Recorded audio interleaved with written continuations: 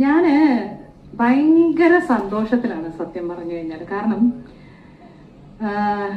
ഷിയാസ് എന്ന് പറയുന്ന വ്യക്തി എന്റെ ജീവിതത്തിലേക്ക് കടന്നു വരുന്ന ഒരു ഗുണ്ടയായിട്ടാണ്. അതായത് മധുര നൊമ്പരക്കാറ്റ് എന്ന് പറയുന്ന സീ കേരളയിലെ ഒരു സീരിയലില് ഗുണ്ടാവേഷം ചെയ്യാൻ വേണ്ടിയിട്ട് വന്ന ആളാണ് ഷിയാസ്. അപ്പൊ എനിക്ക് ഷിയാസിനെ ആദ്യം എനിക്ക് പേര് കിട്ടാത്തതുകൊണ്ട് ഗുണ്ട ഫ്രം മധുര നൊമ്പരക്കാറ്റ് എന്നാണ് ഞാൻ ഫോണിൽ ടൈപ്പ് ചെയ്ത് വെച്ചിരുന്നത്. അപ്പം പിന്നെ അത് കഴിഞ്ഞ് ഷിയാസിനെ വളരെ അടുത്ത് പരിചയപ്പെടാൻ സാധിച്ച സമയത്ത് ഷിയാസിന്റെ അടുത്ത് പറഞ്ഞു, ചേച്ചി ഗുണ്ട എന്ന് മാറ്റാമോ, എന്റെ പേര് ഷിയാസ് എന്നാണ്.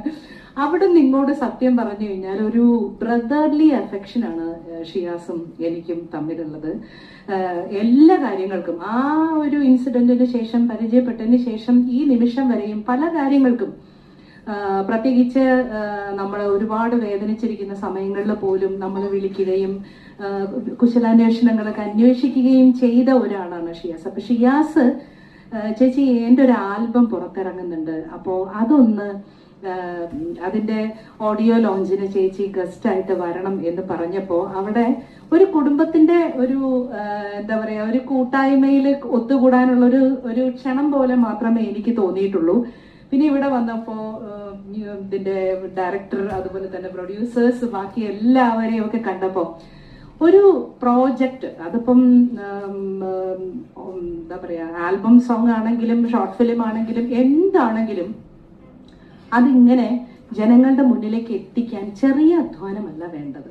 പ്രത്യേകിച്ച് ഈ പറഞ്ഞതുപോലെ പ്രതികൂലമായ ഒരുപാട് സാഹചര്യങ്ങൾ കടന്നു വരുമ്പോൾ പോലും ആ ഒരു തീ ഉണ്ടല്ലോ, അത് അണയാതെ കാത്തു സൂക്ഷിച്ച് അത് ഇറക്കാനുള്ള ഒരു ശ്രമം നടത്തുക. നമുക്ക് എല്ലാവർക്കും ഇഷ്ടങ്ങളുണ്ട്, പക്ഷെ ആ ഇഷ്ടങ്ങളിൽ നമ്മളൊരു ശ്രമം കൂടി നടത്തിയാലേ അത് ഫലവത്താവുകയുള്ളൂ എന്നതിന് ഏറ്റവും വലിയ ഉദാഹരണമാണ് ഈ ഒരു ആൽബം എന്ന് വേണമെങ്കിൽ എനിക്ക് പറയാം.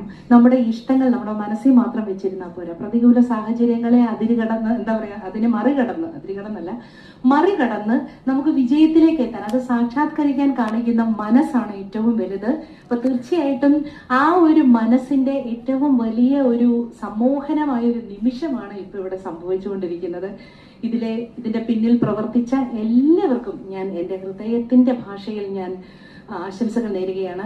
ഭാഷകൾക്ക് അതീതമാണ് സംഗീതം എന്ന് പറയുന്നത്. അവിടെ ഹിന്ദി ആണെങ്കിലും മലയാളമാണെങ്കിലും തമിഴാണെങ്കിലും എന്താണെങ്കിലും ചിലപ്പോൾ നമുക്ക് അർത്ഥം മനസ്സിലായിക്കൊള്ളുന്നില്ല, പക്ഷെ അത് എങ്ങനെ പ്രസന്റ് ചെയ്യുന്നു എന്നുള്ളതാണ്. ഇപ്പൊ നമ്മളൊക്കെ പഴയ ഹിന്ദി പാട്ടുകൾ, ഇപ്പൊ ഞാൻ FB-യിൽ ഇപ്പൊ ഒരുപാട് ആശാജിയുടെ സീരീസ് നടത്തിക്കൊണ്ടിരിക്കണം. അപ്പം ലഗജ, അത് ആശാജി പാടിയതല്ല, അപ്പം ആശാജി പാടിയത്